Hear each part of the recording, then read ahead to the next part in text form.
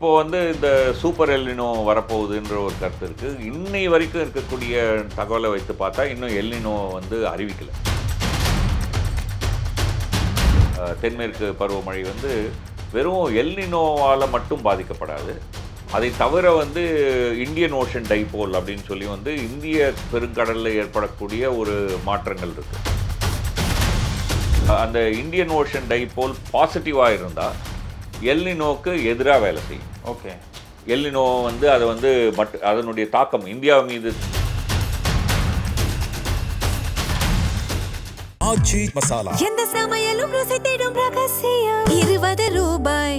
Iron சத்து தலைமுடி உதிர்தலை தடுக்கும் மிதமான சூடு பாலில் கலந்து பருகலாம். லயன் டேட் சிரப் தினமும் 2 ஸ்பூன். ஐபிசி தமிழ் நேயர்களுக்கு வணக்கம். இன்னைக்கு நம்மளோட ஆராய்ச்சியாளர் வெங்கடேஸ்வரன் இணைஞ்சிருக்காரு. வணக்கம் சார். வணக்கம்மா. வணக்கம் சார். இப்போ சமீப நாட்களாக லாலினோ எல்லினோ இதை பற்றி பேசிக்கிட்டு இருக்காங்க. இப்போ லாலினோ போயிட்டு இருக்கிறதா நிறைய பேர் சொல்லியிருக்காங்க. அதனால இப்போ இந்தியா மட்டும் இல்லாமல் தமிழ்நாட்டிலையும் வெப்பம் அதிகமாக இருக்குது. அதாவது எப்போவுமே இருக்கிறத விட கொஞ்சம் கூடுதலாக இருக்குது அப்படின்ற மாதிரி சொல்கிறாங்க. ஸோ இந்த வெப்பம் அடுத்து அதிக மழைப்பொழிவை தமிழ்நாட்டில் ஏற்படுத்துறதுக்கான சாத்தியக்கூறுகள் இருக்குன்னு சொல்கிறாங்க.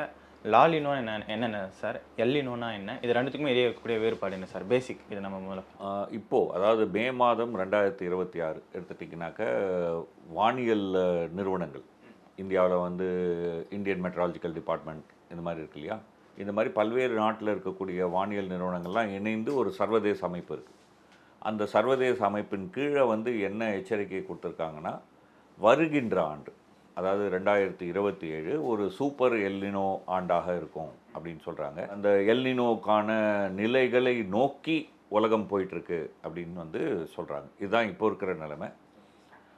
இப்போ எல்னினோ லானினோ இது ரெண்டும் ஒன்று எதிர். ஓகே, அப்போது இயல்பான ஒன்று நடுவில் இருக்கணும் இல்லையா. இந்த 3 என்ன அப்படின்னு சொல்லி பார்க்கலாம். முதல்ல இயல்புலேருந்து ஆரம்பிக்கலாம், ஏன்னா அதான் ஈஸி. இப்போது உலக படத்தை நம்ம எடுத்துக்கிட்டோன்னா, பொதுவாக இந்த பக்கம் நம்ம ஆஃப்ரிக்காலேருந்து பார்ப்போமே, இந்த பக்கம் ஆஃப்ரிக்கா இருக்குது, இங்கே இந்தியா இருக்கும், இந்த இடத்துல உங்களுக்கு ஆஸ்திரேலியா இருக்கும், இங்கே பார்த்தீங்கன்னா தென் அமெரிக்கா இருக்கும். நம்ம நிலநடுக்கோடு பக்கத்தில் பார்க்கலாம். நிலநடுக்கோடு பக்கத்தில் பார்த்தோன்னா இந்த பக்கம் தென் அமெரிக்கா, ஆஸ்திரேலியா, இந்தியாவுக்கு கீழே ஆஃப்ரிக்கா. ஸோ இந்த நிலநடுக்கோட்டுக்கு கொஞ்சம் பக்கத்தில் தான் எப்போவுமே சூரியனுடைய நிலை இருக்கும் இல்லையா வானத்தில். ஆமாம். ஸோ அப்போ இந்த பகுதி தான் சூடேறும் பல்வேறு காலகட்டங்கள். இயல்பான சமயத்தில் என்ன இருக்குன்னு சொன்னால், இந்த தென் அமெரிக்காவினுடைய பசிபிக் பகுதி இருக்கு இல்லையா, அந்த பசிபிக் கடலில் உங்களுக்கு ஒரு இயல்பான நிலை இருக்கும். அந்த இயல்பான நிலை என்ன அப்படின்னு சொன்னாக்க, அங்கே தண்ணி கொஞ்சம் சூடாக இருப்பதுனால அங்கேருந்து தண்ணி ஆவியாகி மேலே போகும். அந்த மேலே போகிறது ஒரு ஜெட் அப்படின்னு சொல்லுவாங்க. அது மாதிரி அது ஸ்ட்ரைட்டாக போகும். ஆஸ்திரேலியாவுக்கு பக்கத்தில் அது கீழே இறங்கும்.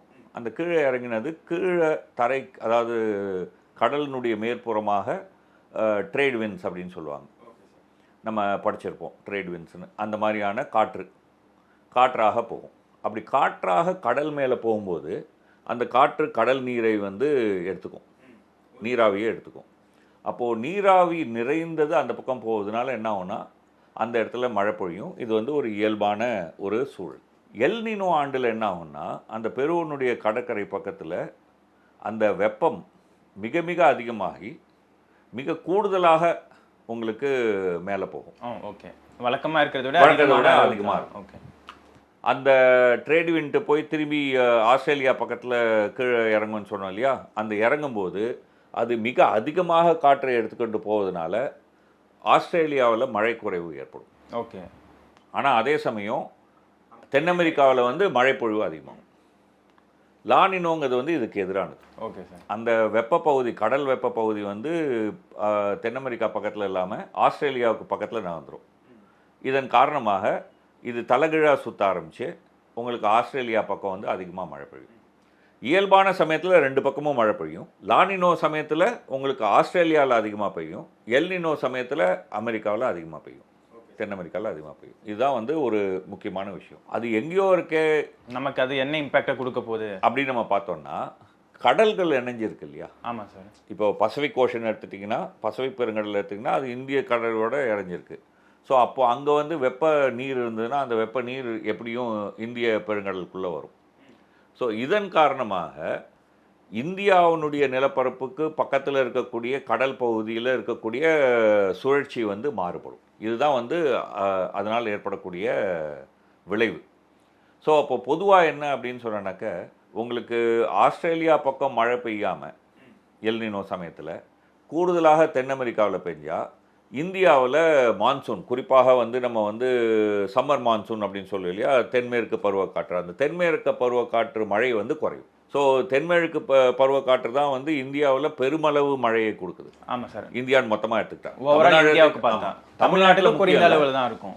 தமிழ்நாட்டில் ஒரு 30% தான், 70% நமக்கு வடகிழக்கு பருவக்காற்று தான். ஆனால் இந்தியான்னு எடுத்துட்டிங்கன்னா 80% மேலே அதுலேருந்து தான். ஸோ அதனால் வந்து அது வந்து ஒரு முக்கியமான ஒரு விஷயம். இந்தியாவினுடைய மொத்த விஷயத்தை எடுத்து பார்த்தோன்னா அதில் ஒரு பெருமளவு பாதிப்பு ஏற்படும். அதனால தான் வந்து எல்னினோ காலங்களில் வந்து இந்தியாவில் விவசாயம், நீருக்கான விஷயங்கள் இதெல்லாம் வந்து ஒரு கவலையோடு பார்க்க ஆரம்பிப்பாங்க. இப்போ இந்த சூப்பர் எல்னினோ அப்படின்னு சொல்கிறதுனால இதை குறித்து ஒரு கூடுதல் கவனத்தோடு பார்க்க வேண்டிய நிலையில் இருக்கும். Okay sir. இப்போ இந்த விஷயங்களை தாண்டி தமிழ்நாட்டுக்கு வந்து இது எந்த மாதிரியான தாக்கத்தை ஏற்படுத்தும் சார்? இப்போ நம்ம பார்த்துட்ருக்கோம், வெப்பம் வந்து நமக்கு கடந்த ஆண்டுகளில் இருந்ததை விட ஒரு அளவுக்கு கூடுதலாக நம்மளால் உணர முடியுது. இப்போ கடந்த 2 நாளாக அது இன்னும் குறிப்பாக நம்மளால் வந்து நல்லாவே உணர முடியுது, சென்னையில் உட்பட பல நகரங்களில். இப்படி இருக்கிறப்ப சென்னையில் வந்து இதுக்கு முன்னாடி 2015 அந்த ஃப்ளட் வந்ததுக்கான முன்னாடி வருஷம் வந்து பார்த்தோன்னா இதே மாதிரியான ஒரு சூழ்நிலை இருந்தது அப்படின்னு சொல்லிட்டு பலரும் வந்து குறிப்பிட்டிருக்காங்க. ஸோ அந்த மாதிரியான ஒரு சூழ்நிலை தான் இருக்கா? இப்போ ஒருவேளை இந்த வருடமோ இல்லை அடுத்த வருடமோ நமக்கு வந்து அதிக மழைப்பொழிவு சென்னையில் தமிழ்நாட்டில் இருக்கிறதுக்கான சாத்தியக்கூறுகள் இருக்கா சார்? இந்த மாதிரி பொதுவாக அதிக மழைப்பொழிவுக்கு சாத்தியக்கூறு இருக்கா என்பதை வந்து இந்த லானினோ எல்னினோ மட்டும் வச்சு சொல்ல முடியாது. பல்வேறு காரணங்கள் இருக்குது. அதனால் வந்து அப்படி ஒரு சிம்பிளாக பொதுவாக இது மட்டும் தான் காரணம் நம்ம எடுத்துக்க முடியாது. லானினோ சமயத்தில் நீங்கள் பார்த்தீங்கன்னாக்க வடகிழக்கு பருவமழை, அதாவது தமிழ்நாட்டில் மிகப்பெரிய மழையாக பெய்யக்கூடிய நவம்பர் டிசம்பர் மாதங்களில் கூடுதலான மழைப்பொழிவு இருக்கும். ஸோ அப்படின்னாக்கா லானினோ வரக்கூடிய சமயத்தில் தமிழ்நாட்டுக்கு வந்து அதிகமான மழை வரத்து இருக்கும். ஸோ அந்த சமயங்களில், அதாவது லானினோ சமயங்களில் வந்து தமிழ்நாட்டில் ஒரு வெள்ளப்பெருக்கு ஏற்படுவதற்கான சூழ்நிலை ஏற்படுவதற்கு வாய்ப்பு இருக்குது. பட் அது மட்டுமே காரணம் கிடையாது. எப்போவுமே அது வந்து ஒரு முக்கியமான ஒரு பங்கு வகிக்கும், அவ்வளோதான். நம்ம வெப்பத்தை உணர்கிறோம் போன்ற விஷயங்கள்லாம் வந்து நீங்கள் வந்து சென்னை மாதிரி நகரில் பார்த்தீங்கன்னா இந்த லானினோ எல்னினோனால் வெப்பத்தை உணர்வதில் மாற்றங்கள்லாம் ஏற்படாது. அது வந்து ஒரு தவறான ஒரு கருத்து. பெரும்பகுதி வந்து அர்பன் ஹீட் ஐலாண்ட் அப்படின்னு சொல்லுவாங்க. அதாவது வந்து நகர்ப்புற வெப்பத்தீவுகள். நகரத்தில் பார்த்திங்கன்னா இப்போது 2 பக்கமும் கான்க்ரீட் பில்டிங் இருக்குது. ஸோ கான்க்ரீட் பில்டிங் வந்து வெப்பத்தை இழுத்து திரும்பி ரீரேடியேட் பண்ணும். அப்போ நடுவில் இருக்கும்போது வந்து 2 பக்கத்துலேருந்து நமக்கு வந்து மேலேருந்து மட்டும் இல்லை, பக்கவாட்டுகளிலிருந்து நம்ம நோக்கி வெப்பக்கதிர்கள் வரும். அந்த காரணத்தினால்தான் வந்து நகர்ப்புறங்களில் கூடுதலாக வெப்பத்தை நம்ம வந்து உணர்கிறோம். இது வந்து நகர்ப்புற வெப்பத்தீவுகள் அப்படின்னு சொல்லி சொல்கிறாங்க. இதுக்கும் லானினோ எல்னினோக்கும் நேரடியான தொடர்பெல்லாம் இல்லை. ஆனால் நிச்சயமாக நவம்பர் டிசம்பரில் வெள்ளப்பெருக்கு ஏற்படுவதற்கும் ஓரளவு லானினோவுக்கும் தொடர்பு இருக்குது. இப்போது இந்த லாலினோ காலகட்டத்தில் வந்து தமிழ்நாடு கடற்கரை ஒட்டியுள்ள பகுதிகளில் வந்து நமக்கு அதிகமான புயல்கள் ஏற்படுவதற்கான சாத்தியக்கூறுகள் இருக்கா சார்? அதாவது வந்து பொதுவாக நம்ம என்ன பார்த்துருக்கோம் அப்படின்னு சொன்னாக்கா, உங்களுக்கு வந்து லானினோ சமயத்தில் வங்கக்கடலில் கடல் நீரினுடைய வெப்பநிலை வந்து சற்றே உயர்ந்து இருக்கும். அந்த சற்றே உயர்ந்திருந்ததுனாக்கா அதிகமான நீர் வந்து ஆவியாகும். அந்த அதிகமான நீர் ஆவியாவதன் காரணமாக தான் உங்களுக்கு கூடுதல் மழைப்பொழிவும் இருக்குது. ஸோ அப்போ அந்த அதிகமான நீர் ஆவியாகுது அப்படின்னு சொன்னால் அந்த கடல் மட்டத்திற்கு மேலே உங்களுக்கு வந்து புயல் ஏற்படுவதற்கான சூழல், அதாவது குறைந்த அழுத்த நிலைமை ஏற்படக்கூடிய, தாழ அழுத்த நிலைமை ஏற்படக்கூடிய வாய்ப்பு வந்து அங்கே அதிகம். அதனால் வந்து பொதுவாக லானினோ காலங்களில் வந்து சூறாவளிகளினுடைய எண்ணிக்கையும், இப்போது சமீப காலத்தில் இந்த காலநிலை மாற்றத்தின் காரணமாக சூறாவளியினுடைய தீவிரமும் ரெண்டும் வெவ்வேறு விஷயம். எவ்வளோ சூறாவளி வருது என்பது ஒன்று, ரெண்டாவது அதனுடைய தீவிரம் என்னன்னு. அதாவது ஒரு குறிப்பிட்ட நேரத்தில் அதிக அளவிலான மழைப்பொழிவு இருக்கக்கூடியது நீங்கள், அதுவும் ஒன்று. சூறாவளியினுடைய தீவிரம், அதாவது வந்து அது வந்து சாதாரண சூறாவளியாக இருக்கா அல்லது சூப்பர் சைக்ளோன்னு சொல்கிறோம் இல்லையா, அந்த மாதிரி இருக்கா, அதனுடைய வலிமை, அந்த வலிமையும் வந்து கூடும். அதாவது லானினோ காலங்களில் கூடுவதற்கான வாய்ப்பு இருக்குது. லானினோ மட்டும் காரணம் இல்லை, நான் சொன்ன மாதிரி புவி வெப்பமடைதலும் அதில் வந்து ஒரு பங்கு செலுத்துது என்று நமக்கு இன்றைக்கி தெரியும். இப்போது வந்து இந்த சூப்பர் எல்னினோ வரப்போகுதுன்ற ஒரு கருத்து இருக்குது. இன்னை வரைக்கும் இருக்கக்கூடிய தகவலை வைத்து பார்த்தா இன்னும் எல்னினோ வந்து அறிவிக்கலை. ஓகே, எல்னினோ எப்படி அறிவிப்பாங்க அப்படின்னு சொன்னீங்கன்னாக்கா, பெரு, ஆஸ்திரேலியா ரெண்டுத்துக்கும் நடுவில் அந்த நிலநடு கோட்டில் பார்த்தீங்கன்னா கடலுக்கு நடுவில் ஒரு பகுதி, அந்த பகுதிக்கு வந்து 3.4 அப்படின்னு பேர், எல்னினோ 3.4ன்னு அந்த இடத்துக்கு பேர். அங்கே இருக்கக்கூடிய கடல் வெப்பநிலையை வந்து தொடர்ந்து கண்காணிச்சிட்டே இருக்காங்க. அந்த கண்காணிக்கும் போது வந்து ஒவ்வொரு மாதமும் நம்ம ஒரு சராசரி எடுக்கிறோம். இப்போது 3 மாதங்கள் தொடர்ச்சியாக இருக்கக்கூடியதை வந்து ஒரு சராசரி எடுத்து, அதே மாதிரி அடுத்த 3 மாதங்களுக்கு சராசரி எடுக்கும்போது வெப்பநிலை உயர்வு சீராக வெப்பநிலை உயர்ந்து 0.5 டிகிரி, அதாவது 3 மாதங்கள் இதில் பார்த்தோன்னாக்கா தொகுப்பாக பார்த்தோன்னா ஒவ்வொரு 3 மாதமும் 0.5 டிகிரி உயர்ந்துக்கிட்டே போச்சு அப்படின்னு சொன்னால் எல்னினோ அப்படின்னு வந்து நம்ம வந்து முடிவு பண்ணலாம் என்ற ஒரு இது இருக்குது, டெஃபினேஷன் இருக்குது, வரையறை இருக்குது. அந்த வரையறைப்படி நம்ம வந்து இன்னும் எல்னினோ அறிவிக்கக்கூடிய சூழ்நிலை வரல. 0.3 தான் இது வரைக்கும் வந்திருக்கு. ஆனால் ஏற்கனவே நமக்கு இருந்த பல்வேறு அனுபவங்களின் அடிப்படையில் வந்து இது வந்து உயர்ந்து இந்த வெகு விரைவில் எல்னினோ நிலையை எட்டும். எல்னினோ நிலையை மட்டும் இல்லை, சூப்பர் எல்னினோங்கிற முறையில், அதாவது வந்து இந்த பகுதியில் வந்து ஒரு 2 டிகிரிக்கு மேலே இயல்புக்கு மாறான ஒரு நிலைமை ஏற்பட்டால் அது வந்து வலிமையான எல்னினோன்னு சொல்கிறாங்க. இது வரைக்கும் வந்ததுலேயே மிக மிக வலிமையான எல்னினோ வந்து 3 டிகிரி வந்தபோது வந்தது. இந்த தடவை வந்து 3.25 என்ற அளவுக்கு உயரும் அப்படின்னு சொல்கிறாங்க. அப்படி உயர்ந்தது என்று சொன்னால் நிச்சயமாக அதனுடைய தாக்கம் என்பது மிக கடுமையாக இருக்கும். அதாவது எங்கெல்லாம் வறட்சியோ அங்கெல்லாம் கடுமையான வறட்சி, எங்கெல்லாம் மழையோ அங்கெல்லாம் கூடுதலான மழை. இந்தியாவை எடுத்துக்கிட்டால் பொதுவாக எல்னினோ ஆண்டுகளில் வந்து உங்களுக்கு வந்து தென்மேற்கு பருவமழை வந்து மழை வரத்து வந்து குறையும். ஸோ அப்போது இந்தியாவினுடைய பெரும் பகுதி வந்து வறட்சிக்கு உள்ளாகக்கூடிய ஒரு அபாயம் இருக்குது. நமக்கு இந்த பக்கம் வடகிழக்கு பருவக்காற்றுகளால் நமக்கு நல்ல ஒரு மழையை பெறக்கூடிய தமிழ்நாடு, ஆந்திரா, ஒரிசா, மேற்கு வங்கம் வரைக்கும் நம்ம வச்சுக்கலாம். இந்த மாநிலங்களை தாண்டி மற்ற மாநிலங்களில் வந்து நமக்கு மழைப்பொழிவு பொய்த்ததுன்னா அங்கே வந்து கடுமையான வறட்சி இருக்கும். விவசாயமும் நமக்கு வந்து பெரிய அளவில் கை கொடுக்காது. அந்த சமயத்தில் வந்து நமக்கு அத்தியாவசிய பொருட்கள்லேருந்து விவசாய பொருட்கள் இது எல்லாத்துக்கான விலையும் வந்து ஏறுறதுக்கான சாத்தியக்கூறுகள் இருக்குது. இது வந்து மக்களை ஒரு வகையில் வந்து இப்படியும் பாதிக்கிறதுக்கான வேலை வாய்ப்பு.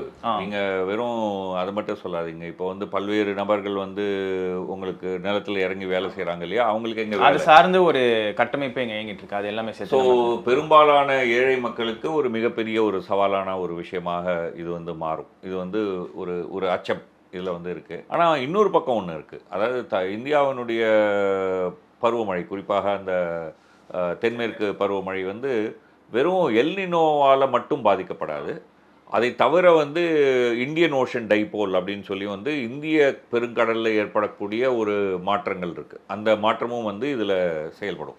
அந்த இந்தியன் ஓஷன் டைபோல் பாசிட்டிவாக இருந்தால் எல்னினோக்கு எதிராக வேலை செய்யும். ஓகே, எல்னினோ வந்து அதை வந்து அதனுடைய தாக்கம் இந்தியா மீது தாக்கத்தை வந்து மட்டுப்படுத்தும். இந்தியா மீது இருக்கக்கூடிய பருவமழை தாக்கத்தை வந்து கட்டுப்படுத்தும். ஒரு செய்தி என்ன இன்றைக்கி வந்திருக்கு அப்படின்னு சொன்னாக்கா, இந்தியன் டைபோல் வந்து அந்த பாசிட்டிவ் அப்படிங்கிற அந்த திசை நோக்கி போயிட்டுருக்கு அப்படின்னு சொல்கிறாங்க. ஸோ அதனால் எல்னினோ வந்தாலுமே நமக்கு அதனுடைய தாக்கம் வந்து குறைவாக இருக்கிறதுக்கான வாய்ப்பு இருக்குது. இது பாசிட்டிவாக போச்சுன்னா ரெண்டுமே வந்து இன்றைக்கு வந்து ஒரு யூகத்தில் தான் இருக்கும். ரெண்டுமே வந்து ஒரு டிக்ளேர் செய்யப்பட்ட, அதாவது அறிவிக்கக்கூடிய அளவுக்கு நம்மக்கிட்ட தரவுகள் இல்லை. ஆனால் தரவுகளை வைத்து பழைய அனுபவத்திலிருந்து நம்ம தொகுத்து பார்க்கும்போது இப்படி ஒரு இழுபறி நிலை இப்போ நமக்கு முன்னாடி தெரியுது அப்படின்னு சொல்லலாம். அடுத்த சில மாதங்களில் இதெல்லாம் தெளிவாயிடும். சார், அடுத்ததான் இந்த லாலினோ எல்னினோ இதை பற்றி பேசும்போது, இது வந்து இந்த சுழற்சி வந்து எத்தனை காலத்துக்கு ஒரு முறை ஏற்படுது, இது வந்து எத்தனை காலத்திற்கு வந்து நீடிக்கும்? இப்போ ஒரு ஆண்டுக்கு நீடிக்குமா, இல்லை பல ஆண்டுகளுக்கு வந்து இது நீடிக்கிறதுக்கான சாத்தியக்கூறுகள் இருக்கா? இதுக்கு முன்னாடி இது எப்படி இருந்திருக்கு சார்? ஏன்னா இப்போ இது எப்படி இருக்குன்னு சொல்லிட்டு நம்மளால் ப்ரெடிக்ட் பண்ண முடியாது. ஸோ இதுக்கு முன்னாடி எப்படி சார் இருந்திருக்கு, அது பற்றின தகவல்கள் எதாவது வச்சுருக்கு? சுமார் 2லேருந்து 7 ஆண்டு இடைவெளியில் இது வந்து இந்த லானிலோ எல்னினோ நிகழ்வுகள், லானிலோவோ அல்லது எல்னினோவோ ஏதாவது ஒரு நிகழ்வு ஏற்படும். அடுத்தடுத்து வராது, இடையில் சராசரி ஆண்டுகள் இருக்கும். ஸோ 2 ஆண்டுலேருந்து 7 ஆண்டு இடைவெளியில் மாறி மாறி வருது என்று ஒரு தகவல்கள் இருக்குது. ஒரு ஒழுங்கமைப்பு கிடையாது. இப்போ நம்ம பொதுவாக வந்து எல்லா நவம்பர் டிசம்பர் மாதமும் மழைக்காலம்னு சொல்கிறோம் இல்லையா தமிழ்நாட்டில், அந்த மாதிரி ஒரு ஒழுங்கு கிடையாது. ஸோ இது வந்து முதல் விஷயம். அதே மாதிரி வந்து நீங்கள் பார்த்தீங்கன்னாக்க ஒரு லானினோ இருந்தது அப்படின்னு சொன்னாக்கா அது வந்து 2 to 3 வருடம் கூட நீடிக்கலாம். சற்றேறக்குறைய 1.5 ஆண்டுகள்லேருந்து 2 ஆண்டுகள் வரைக்கும் அது 2 ஆண்டுகள் 3 ஆண்டுகள் வரைக்கும் நீடிக்கும். எல்னினோவை எடுத்துட்டிங்கன்னா அது வந்து ஒரு சீசன், அதாவது வந்து ஒரு ஆண்டு, சுமார் 1 ஆண்டிலிருந்து மேக்ஸிமம் ஒரு 18 மாதங்கள் அந்த அளவுக்கு தான் வந்து எல்னினோ நீடிக்கும் என்பது தான் இதுவரைக்கும் நமக்கு இருக்கக்கூடிய சராசரி தகவல். ஓகே சார், இந்த எல்லினோ லாலினோ இப்போ இன்கேஸ் அது வந்து நமக்கு அடுத்தடுத்த காலங்களில் வந்துக்கிட்டு இருக்கு அப்படிங்கிற மாதிரியான ஒரு கூற்று இருக்குது. அந்த கூற்று உண்மையாகும் பட்சத்தில் இதுக்கு வந்து காலநிலை மாற்றம் ஒரு முக்கிய பங்காற்றுகிறதா அப்படி நம்ம கருதலாமா? ஆய்வு செய்யாமல் இதை வந்து எப்படி பதில் சொல்ல முடியும்? சும்மா நம்ம வந்து ஒரு கருத்து மாதிரி சொல்வது வந்து அறிவியல் கிடையாது இல்லையா? ஆமாம் சார், அறிவியல் இது வந்து ஒரு ஆய்வாக உட்படுத்தணும். உண்மையிலேயே அப்படி இருக்கா? அதாவது நம்ம வந்து இல்லை நம்ம பார்க்குறோம் அப்படிங்கிறதுனால அடுத்தடுத்து வருது நம்ம சொல்கிறோமா? தற்செயலாக 2 வருடங்கள் வந்து உங்களுக்கு வெப்பமாக இருக்கலாம், தற்செயலாக 2 அடுத்தடுத்த ஆண்டுகள் மழை பொழிவு அதிகமாக இருக்கலாம். உடனே அது வந்து ஏதோ ஒரு காரணத்தினாலன்னு சொல்ல முடியாது இல்லையா? ஸோ அது மாதிரி இது வந்து உண்மைதானானே வந்து நமக்கு இன்னும் உறுதிப்பட தெரியாது. அப்படி இல்லாத போது வந்து இது வந்து உண்மைன்னு கருதி அதுக்கு ஒரு காரணத்தை கற்பிப்பது என்பது வந்து அறிவியல் பூர்வமாக இருக்காது. ஓகே சார், இந்த லாலினோ எல்லினோ இந்த ஒரு சுழற்சிக்கான கால அளவு வந்து இப்போ அதிகமாக வேகமாக இருக்குது அப்படிங்கிற மாதிரியான சில கூற்றுகளும் வந்து சில இடங்களில் பார்க்க முடியுது. உண்மையாகவே அது அப்படி தான் இருக்கா சார், இல்லை இதுக்கு முன்னாடி இருந்த மாதிரி தான் அது இருக்கா? இல்லை, இதை வந்து நம்ம உறுதிப்பட சொல்லக்கூடிய நிலைமையில் நம்ம இல்லை. அறிவியலில் வந்து நம்ம வந்து ஆய்வு செய்யும்போது பல்வேறு விதமான கருதுகோள்களை முன் வச்சு தான் ஆய்வு செய்வோம். ஸோ இப்போ வந்து நம்ம வந்து கடந்த ஒரு 100 ஆண்டுகளில் நம்ம கிடைச்ச தரவுகளை வைத்துக்கொண்டு எல்னினோ லானினோனுடைய ஒரு ஒழுங்கமைப்பு கிடையாது, அதில் வந்து நிறைய வேரியேஷன்ஸ் இருக்குது. பட் அதுக்குள்ளே ஏதாவது ஒரு ஒழுங்கமைப்பு பார்க்க முடியுதா, அந்த ஒழுங்கமைப்பில் ஏதாவது மாற்றங்கள் இருக்கா என்று ஆராய்வாங்க. அப்படி ஆராயும் போது எழுப்பக்கூடிய ஒரு கேள்வி தான் இந்த காலநிலை மாற்றத்தின் காரணமாக எல்னினோ லாலினோவில் ஏதாவது தாக்கத்தை நம்மளால் பார்க்க முடியுதா என்ற கேள்வி. அந்த கேள்விக்கு வந்து ஒரு உறுதிப்பட பதில் சொல்லக்கூடிய அளவுக்கு நமக்கு இன்றைக்கி தரவுகள் கிடையாது. அதனால் இதை வந்து ஒரு முடிவாக சொல்ல முடியாது. இருக்கலாம் அப்படின்னு சொன்னால் எது வேணாலும் இருக்கலாம் இல்லையா? ஸோ அதை வந்து அப்படி நம்ம பேசுவது வந்து ஒரு அறிவியல் பூர்வமாக இருக்காது. பட் ஆனால் அதை ஆராயணும், அந்த ஆராய்ச்சியை நடத்திட்டு. இந்த குளோபல் வார்மிங் இது வந்து நமக்கு காலநிலை மாற்றத்தில் ஒரு தாக்கத்தை ஏற்படுத்துதா சார் இப்போ சமீப காலங்களில்? நிச்சயமாக. இப்போ உதாரணமாக நம்ம வந்து இந்தியாவில் இந்த புவி வெப்பமடைதல் காரணமாக என்ன விதமான தாக்கங்கள் ஏற்படுது என்பதை குறித்து ஒரு மிகப்பெரிய தொகுப்பாய்வு ஒன்று செஞ்சுருக்காங்க. தொகுப்பாய்வுனா என்னென்னா, பல்வேறு அறிவியலாளர்கள் வந்து சின்ன சின்ன விஷயங்களை பற்றி ஆராய்வாங்க. அப்படி தான் ஆராய முடியும். அதை எல்லாத்தையும் தொகுத்து ஒரு பரந்து பார்வை பார்க்கக்கூடிய ஒரு ஆய்வை நடத்தி அதற்கான ஒரு நூலை வந்து இந்தியாவினுடைய புவி அறிவியல் அமைச்சகம் வந்து வெளியிட்டிருக்காங்க. அதில் வர ஒரு சில தகவல்களை நான் வந்து இங்கே ஷேர் பண்ணுறேன். எல்லாத்தையும் நம்ம வந்து பேச முடியாது. இப்போ வந்து தமிழ்நாட்டுக்கு மழை தரக்கூடிய வடகிழக்கு பருவமழை இருக்கு இல்லையா? அந்த வடகிழக்கு பருவமழையில் பார்த்தோன்னாக்க அது துவங்குகின்ற காலம் கொஞ்சம் தள்ளி போகுது அப்படின்னு சொல்கிறாங்க. அதாவது அக்டோபரில் பொதுவாக துவங்கி கொண்டிருந்த அந்த மழைக்காலம் என்பது மெல்ல மெல்ல நகர்ந்து அக்டோபருடைய இறுதி, நவம்பர் என்று மாறி இருக்குன்னு சொல்கிறாங்க.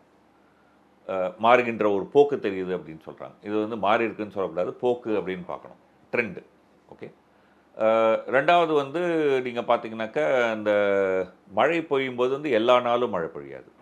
நடுவில் வந்து இடைவெளி இருக்கும், பிரேக் எடுத்து. அந்த பிரேக், மான்சூன் பிரேக் அப்படின்னு சொல்லுவாங்க, இடைவெளி. அந்த இடைவெளி வந்து அதிகமாக இருக்குது. அதாவது மழை பெய்யுது, அதுக்கப்புறம் நிறைய நாட்கள் மழையே இல்லை, அப்புறம் திரும்பி மழை பெய்யுது. மொத்த மழையினுடைய அளவில் பெருமளவு மாற்றம் இல்லை. மாற்றம்னு சொன்னால் கொஞ்சம் அதிகமாக மழை பெய்யுதுன்னு தான் சொல்லும், மழை குறைஞ்சிருக்குன்னு சொல்ல முடியாது. ஆனால் அதே சமயத்தில் சராசரி ஒரு நாளைக்கு எவ்வளோ மழை பெய்யும்னு ஒன்று கணக்கு இருக்கு இல்லையா? மழை பெய்கிற நாட்களினுடைய எண்ணிக்கை கம்மியாக இருக்குது, ஆனால் அதே அளவு மழை அப்படின்னு சொன்னால் ஒவ்வொரு நாளைக்கும் பெய்யக்கூடிய அந்த சராசரி வந்து கூடும் இல்லையா? அது வந்து கூடியிருக்கு அப்படின்னு பார்க்குறாங்க. அதாவது கூடக்கூடிய அந்த போக்கு தெரியுதுன்னு பார்க்குறாங்க. ஸோ அப்போது பொதுவாக நவம்பர் டிசம்பர் மாதங்களில் தமிழ்நாட்டில் ஏற்படக்கூடிய அந்த வெள்ளப்பெருக்கு, அதாவது திடீர்னு ஒரு நாள் வந்து மிக மிக கூடுதலாக மழை பெய்ந்து வெள்ளப்பெருக்கு ஏற்படுவதற்கான ஒரு தொடர்பை வந்து நம்ம பார்க்குறோம் இங்கே. அதாவது ஒரே நாள் வந்து அதிகமாக மழை பெஞ்சிருது அப்படின்னு சொல்கிறாங்க. இது வந்து பல்வேறு விதமான விஷயங்களே நம்ம முன்னாடி கண் நிறுத்துது. அஃப்கோர்ஸ் காலநிலை மாற்றத்தினால இப்படிலாம் ஆயிடுச்சே அப்படின்னு நம்ம வந்து அழுது புலம்பலாம், அது வந்து ஒன்று. பட் அறிவியல் ஆய்வு நம்ம செய்வது வந்து அழுது புலம்புவதற்கில்லை. என்ன தீர்வை நோக்கி நம்ம போகலாம் அப்படிங்கிற கேள்வி. ஸோ அப்படி தீர்வை நோக்கி நம்ம போனோம் அப்படின்னு சொன்னோன்னாக்கா, குறைந்த நாட்களில் அதிகமாக மழை பெய்யுது அப்படின்னு சொன்னோன்னாக்கா, நீர்த்தேக்கங்களினுடைய கொள்ளளவை அதிகரிக்கணும். சென்னை போன்ற ஒரு நகரத்துக்கு வந்து இதுதான் ஒரு பிரதான கேள்வியாக இருக்குது. ஏன்னா இதுக்கு முன்னாடி நம்ம பல காலங்களில் பார்த்துருக்கோம். இந்த குறுகிய காலத்தில் மழை பெய்யுறது வந்து நம்ம 2015க்கு பிறகு அதிக காலத்தில் வந்து நம்ம எதிர்கொண்டிருக்கோம். ஸோ இந்த மாதிரி சமயத்தில் இந்த சிட்டியோட இன்ஃப்ராஸ்ட்ரக்சர் வந்து நம்ம அதுக்கேற்ற மாதிரி பேலன்ஸ் பண்ணணும், அதுக்கான ஒரு தேவை வந்துருச்சு அப்படிங்கிறத பார்க்க முடியுது. ஸோ எல்லா காலத்துலேயும் மக்கள் அவங்களுடைய உடைமைகளை இழந்துட்டு நிற்கக்கூடிய ஒரு காட்சிகளை வந்து நம்ம தொடர்ந்து அனுமதிக்க முடியாது அப்படிங்கிற ஒரு கட்டத்தை நோக்கி நம்ம சமூகம் நகரணும். அதுக்கான இன்ஃப்ராஸ்ட்ரக்சர் கவர்மெண்ட் வந்து இதுக்கு என்ன மாதிரியான நடவடிக்கைகள் வந்து மேற்கொள்ள வேண்டிய ஒரு கட்டாயத்தில் இருக்காங்க சார். பட் இந்த மாதிரியான ஒரு விஷயத்தை நம்ம பார்க்கும்போது வெறும் சென்னை நகர் என்று மட்டும் குறுகி பார்ப்பது வந்து சரியாக இருக்காது என்று நான் கருதுகிறேன். ஸோ முதல்ல நம்ம பார்க்க வேண்டிய விஷயம் வந்து விவசாயம். ஏன்னா வந்து இன்னமும் வந்து பெருமளவு நம்ம மழையை நம்பி தான் வந்து விவசாயம் இருக்குது. அல்லது அந்த மழை நீர் வந்து நிலத்துக்கு அடியில் போய் அந்த மாதிரி ஒரு பல்வேறு தொடர்புகள் இருக்கு இல்லையா. அதனால் அதை கவனத்தில் கொள்ளும்போது தமிழ்நாட்டில் இருக்கக்கூடிய, அதாவது இந்த வடகிழக்கு பருவமழையில் வந்து மழை பெய்து நீர் தேங்கக்கூடிய நீர்த்தேக்கங்களினுடைய கொள்ளளவு அதிகரிக்க வேண்டிய ஒரு அவசியம் வந்திருக்கு அப்படின்னு நம்ம வந்து பார்க்குறோம். அதே மாதிரி வந்து தமிழ்நாட்டில் எங்கெங்கே மழை பெய்யுது அப்படிங்கிற அந்த இடம் இருக்கு இல்லையா, அந்த இடத்துலையும் சில மாற்றங்கள் வந்திருக்கு. ஸோ அப்படின்னு சொன்னோன்னாக்கா, நம்ம இந்த அடிப்படையில் புதிய இடங்களில் நம்ம வந்து நீர்த்தேக்கங்களை வந்து உருவாக்க வேண்டிய ஒரு அவசியமும் வரும். ஸோ அதையும் வந்து நம்ம வந்து பார்க்கணும். சென்னை மாதிரியான நகரங்கள், சென்னை மட்டும் இல்லை, எல்லா விதமான நகரங்கள், குறிப்பாக வந்து கடலோர பகுதியில் ஒரு 300 கிலோமீட்டருக்குள்ளே இருக்கக்கூடிய பகுதிகளில் பார்த்திங்கன்னா, கடந்த முறை ஒரு மிகப்பெரிய ஒரு முயற்சி சென்னையில் மேற்கொண்டாங்க. அதாவது வந்து மழைக்கு முன்னாடி நீர் வழிகளெல்லாம் வந்து சுத்தப்படுத்துவது போன்ற விஷயங்கள்லாம், இதெல்லாம் வந்து ஒரு முக்கியமான ஒரு முன்னெடுப்பு. அதே மாதிரி தொடரணும். சென்னைக்குள்ளே நீங்கள் வந்து ஒரு நீர்த்தேக்கத்தை புதுசாக உருவாக்க முடியும் என்பதெல்லாம் வந்து கனவு தான், நடைமுறை சாத்தியம் இல்லை. இப்போ அந்த ரேஸ் கோர்ஸாக இருந்த இடத்துல ஒரு 2 நீர்த்தேக்கத்தை வந்து உருவாக்கி இருக்காங்க. பட் அதை தாண்டி நம்ம நகரமயமானதுக்கு பின்னாடி நம்ம குடியிருப்புகளை அகற்றிட்டு அதை பண்ண முடியாது, நிச்சயமாக பண்ண முடியாது. அதே மாதிரி நீங்கள் வந்து உலக அளவில் பார்த்தீங்கன்னாக்கா, இன்றைக்கி வந்து தஞ்சாவூரில் நம்ம விவசாயம் பண்ணியிருக்கிற இடங்கள்லாம் ஒரு காலத்தில் 1000 வருஷத்துக்கு முன்னாடி பார்த்தீங்கன்னா காடுகளாக இருந்ததில்ல. நம்ம அந்த நிலைமைக்கு போக முடியாது இல்லையா. ஸோ அதனால் வந்து இது வந்து வெறும் நகர் பற்றியான ஒரு விமர்சனமாக பார்ப்பது என்பதே கூட வந்து ஒரு தவறான பார்வைன்னு நினைக்கிறேன். கண்மூடிக்கிட்டு நீர் தேக்கங்களை வந்து அழிக்கக்கூடாது என்பது ஒரு பக்கம் இருந்தாலும், முன்னாடி ஒரு நீர்த்தேக்கமாக இருந்த இடத்துல தான் இன்றைக்கி வந்து டி நகர் பஸ் ஸ்டாண்டு இருக்குது போன்ற விமர்சனங்கள் வந்து ஒரு நகர்மயமாதலை குறித்த ஒரு புரிதல் இல்லாத ஒரு விஷயம் என்று நான் நினைக்கிறேன். அந்த மாதிரி பேசுவதில் பயன் இல்லைன்னு தான் நான் நினைக்கிறேன். பயனோடு நம்ம பேசணும்னு சொன்னாக்கா, நிச்சயமாக சென்னைக்கு அடுத்து இருக்கக்கூடிய பகுதிகளில் புது நீர்த்தேக்கங்கள் உருவாக்குவதற்கான முயற்சி, சென்னைக்குள்ளே வடிகால், சென்னை நகரம் மட்டும் பார்த்தோம்னாக்கா சென்னைக்குள்ளே வடிகால் வசதிகள் போன்ற விஷயங்களை கவனம் செலுத்தணும் என்பது தான் விஷயம். சார், இப்போ இந்த வெப்பநிலை அதிகரிப்பதை பற்றி இதை ஒரு குறிப்பை வச்சுக்கிட்டு அரசுகள் வந்து இதற்காக ப்ரிப்பேர் ஆக முடியுமா சார் முன்கூட்டியே? அதற்கான ஏதாச்சும் அவங்க ப்ரிப்பேர் ஆகிறதுக்கான வழிமுறைகள் ஏதாச்சும் நம்ம வந்து பார்க்க முடியுமா சார்? அதாவது 2 விஷயம் இருக்குது. ஒன்று, ஏற்கனவே நடந்த செய்திகளின் காரணமாக, நிகழ்வுகளின் காரணமாக உலக வெப்பமயம் வந்து நடந்து கொண்டே இருக்கிறது. இன்றைக்கே உலக வெப்பமயலுக்கு காரணமான எல்லாத்தையும் இந்த நிமிஷம் நம்ம நிறுத்தினாலுமே கூட உலக வெப்பமயல் தொடரும். ஏன்னா வந்து ஏற்கனவே நம்ம செஞ்ச விஷயங்களினுடைய பாதிப்பு காரணமாக தொடரும். ஸோ அப்போ நம்ம வந்து 2 பகுதியில் நம்ம வேலை செய்யணும். ஒன்று, இந்த உலக வெப்பமயமாக்குவதை அதிகரிக்கக்கூடிய போக்குகளை வந்து எப்படி நிறுத்துறது, அதற்கான மாற்று என்ன, அது வந்து ஒன்று. மாற்றை தேடுவது ஒரு விஷயம். இப்போ வந்து நம்ம வந்து புதைமை எரிபொருள், பெட்ரோல் போன்ற விஷயங்களுக்கு மாற்றாக நம்ம வந்து சூரிய மின்சாரம் போன்ற பல்வேறு விஷயங்களை குறித்து இன்றைக்கு நம்ம கவனம் செலுத்துகிறோம். அதில் இன்னும் தீவிரமாக கவனம் செலுத்துகிறோம். இது வந்து ஒரு மாற்று. 2வது வந்து மிட்டிகேஷன் சொல்லுவாங்க. அதாவது வந்து பாதிப்பு இருக்குது, அந்த பாதிப்புக்கான நிவாரணம், அந்த பாதிப்பை சமாளிக்கக்கூடிய ஒரு விஷயம். ஸோ அந்த பாதிப்பை சமாளிக்கக்கூடிய பல்வேறு ஏற்பாடுகள் தேவை. அது சின்ன விஷயங்கள்லேருந்தே துவங்கலாம். இப்போ உதாரணமாக இந்த உலக வெப்பமயல் காரணமாக சென்னை போன்ற நகரங்களில், குறிப்பாக நகர்ப்புறத்தினுடைய ஹீட் வேவ் அதையும் சேர்த்து பார்த்திங்கன்னா, வெயில் காலங்களில் வந்து வெப்ப அலை ஏற்படுது. ஸோ அப்போ அதுக்கு வந்து ரோடில் வந்து நம்ம ஷேடு போட்டிருக்கோம். இந்த மாதிரியான சில முயற்சிகள் இருக்கு இல்லையா, அது வந்து ஒரு சிறு முயற்சி, அதுலேருந்து துவங்கலாம். அதே மாதிரி வந்து நகர்ப்புறங்களில் வந்து நகர்ப்புற காடுகள் வந்து ஓரளவுக்கு பயன் தருது அப்படின்னு சொல்கிறாங்க. அதையும் கவனப்படுத்துகிறோம். பெரும்பாலான தொழிலாளிகள் வந்து வெளியில் தான் வேலை செய்கிறாங்க. நம்ம வந்து பொதுவாக நம்ம தொழிலாளின்னு சொன்ன உடனே சென்னை போன்ற நகரங்களில் வந்து ஒரு அலுவலகத்துக்குள்ளே வேலை செய்கிறா இல்லை. நீங்கள் மொத்த எண்ணிக்கையில் பார்த்தீங்கன்னா பெருமளவு தொழிலாளர்கள் வந்து வெளியில் தான் வேலை செய்கிறாங்க. அது துப்புரவு தொழிலாளியிலேருந்து தொடங்கி ஸ்விக்கி சொமேட்டோவில் வந்து டெலிவரியிலேருந்து தொடங்கி வீட்டு வேலைகள், சித்தாள் வேலை போன்ற இந்த மாதிரி பல்வேறு வேலைகளில் பார்த்திங்கன்னா வெளியில் வேலை செய்கிறாங்க. அப்போது வெயில் காலங்களில் ஓய்வெடுப்பதற்கு, நிழலாக ஓய்வெடுப்பதற்கான இடங்கள் அது வந்து அவங்கவுங்க அமைச்சிக்க முடியாது இல்லையா? ஒரு பொது அமைப்பு, நீர், குடிநீர் இந்த மாதிரியான விஷயங்கள்லாம் ஒரு நகர்ப்புறம்னு பார்க்கும்போது, இது சென்னை மட்டும் இல்லை, தமிழ்நாட்டில் இருக்கக்கூடிய எல்லா நகர்ப்புறங்கள்லையும் இந்த மாதிரியான ஏற்பாடுகள் என்பது ஒரு அவசியம். இதே போல் வந்து நம்ம இன்னும் கொஞ்சம் ஆழமாக யோசிச்சு போனால், நான் சொன்ன மாதிரி மழையினுடைய போக்கு மாறுவதனால இந்த மழைப்போக்கை கவனத்தில் கொண்டு நம்ம நீண்ட கால அடிப்படையில் ஏற்பாடு செய்ய வேண்டிய நீர்த்தேக்கங்கள், இந்த மாதிரி பல்வேறு அம்சங்களை நம்ம யோசிக்கிறோம். இதே சமயத்தில் யோசிக்க வேண்டிய இன்னொரு விஷயம்னா, தமிழ்நாட்டினுடைய முக்கிய உணவு அரிசி. அஃப்கோர்ஸ் மற்ற விஷயம்லாம் அவசியம், பட் அடிப்படை பிரதானமாக இருக்கக்கூடியது அரிசி. விவசாயத்துலேயும் அது வந்து ஒரு முக்கிய பங்கு வகிக்குது இல்லையா? இன்றைக்கு நாம் விளைவிக்கக்கூடிய அரிசி ரகங்கள் இந்த காலநிலை மாற்ற காலத்தில் வந்து அதே அளவு செயல்படுமா, அதே அளவு மகசூல் தருமா அப்படிங்கிற ஒரு கேள்வி இருக்கு இல்லையா? அந்த கேள்வியை கேட்கணும். ஏன்னா வந்து காற்றில் கார்பன் டை ஆக்சைடினுடைய அளவு அதிகரிக்க போகுது, ஒரு நாளினுடைய வெப்பநிலை மாறப்போகுது. இந்த ஒரு சூழ்நிலையில் இதெல்லாம் வேலை செய்யும் அப்படின்னு நம்ம வந்து கருதுவது என்பது வந்து தவறாக இருக்கலாம். நம்ம ஆய்வில் வேலை செய்யுதுன்னு கண்டுபிடிச்சா நல்லது. ஆய்வு செய்யாமல் நம்ம வந்து இருப்பது என்பது வந்து ஒரு சரியான விஷயம் இல்லை. ஸோ இப்போது இன்க்ளூடிங் அரிசியிலிருந்து தமிழ்நாட்டில் விளையக்கூடிய பயிர்கள் வந்து இந்த காலநிலை மாற்றத்தில் எப்படி தாங்கி நிற்கும், அதில் வந்து எது நல்லதாக செயல்படும் போன்ற விஷயங்களை வந்து நம்ம வந்து கவனப்படுத்துவது, ஆய்வுக்கு செய்வது வந்து ஒரு அவசியமான ஒரு விஷயம். இது மாதிரி ஒரு பல தளங்களில் நம்ம வந்து மிட்டிகேஷன் அப்படின்னு சொல்லக்கூடிய காலநிலை மாற்ற பாதிப்பை சமாளிக்கக்கூடிய செயல்களுக்கு நம்ம வந்து செயல்படுறோம். ஸோ எல்லினோ லாலினோ இது ரெண்டு சம்மந்தமாகவும் சரி, இதனால் நமக்கு இந்தியாவுக்கு, தமிழ்நாட்டுக்கு எந்த மாதிரியான பாதிப்புகள் இருக்குது அப்படிங்கிறது எளிமையான முறையில் வந்து நீங்கள் விளக்கியிருக்கீங்க சார். இந்த உங்களுடைய நேரத்திற்கும் இந்த தகவலுக்கும் மிகவும் நன்றி சார். மிக்க நன்றி. வணக்கம் நேயர்களே, மற்றும் ஒரு நிகழ்ச்சியில் சந்திப்போம். வணக்கம். ஆச்சி மசாலா எந்த சமையலும் ருசி தேடும் ரகசியம் 20 ரூபாய்.